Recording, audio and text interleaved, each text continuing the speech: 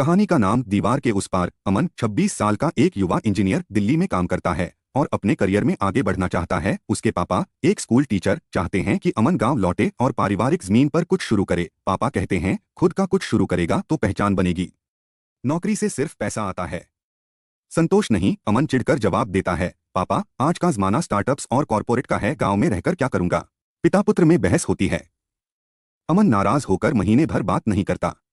एक दिन माँ का फोन आता है, बाबूजी की तबीयत कुछ ठीक नहीं, एक बार आजा बेटा। अनिच्छा से ही सही अमन गांव आता है।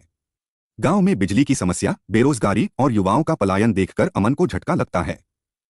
एक दिन वह अपने पापा को खेतों में बच्चों को पढ़ाते हुए देखता है। पिता कहते हैं, इन दीवारों के पीछे भी सपने हैं बेटा, फर्क बस ये है कि उन्हें रास्ता दिखाने वाला कोई नहीं। अमन पहली बार समझता है कि बदलाव शहरों में नहीं, जड़ों से शुरू होता है। अमन वापस दिल्ली जाकर अपनी नौकरी छोड़ता है और गांव लौट आता है। वह पिता के साथ मिलकर एक स्मार्ट एजुकेशन सेंटर शुरू करता है, जहां बच्चों को टेक्नोलॉजी, अंग्रेजी और स्किल ट्रेनिंग दी जाती है। धीरे धीरे गांव के बच्चे भी आत्मनिर्भर बनते हैं।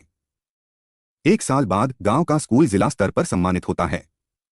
मीडिया इंटरव्यू में अमन कहता है, पहले मैं सोचा करता था कि पहचान शहरों में बनती है, अब पता चला असली पहचान वहीं बनती है जहां से हम निकले हैं। पिता मुस्कुराते हैं और कहते हैं, दीवार के इस पार अब उजाला है क्योंकि तू लौटा है।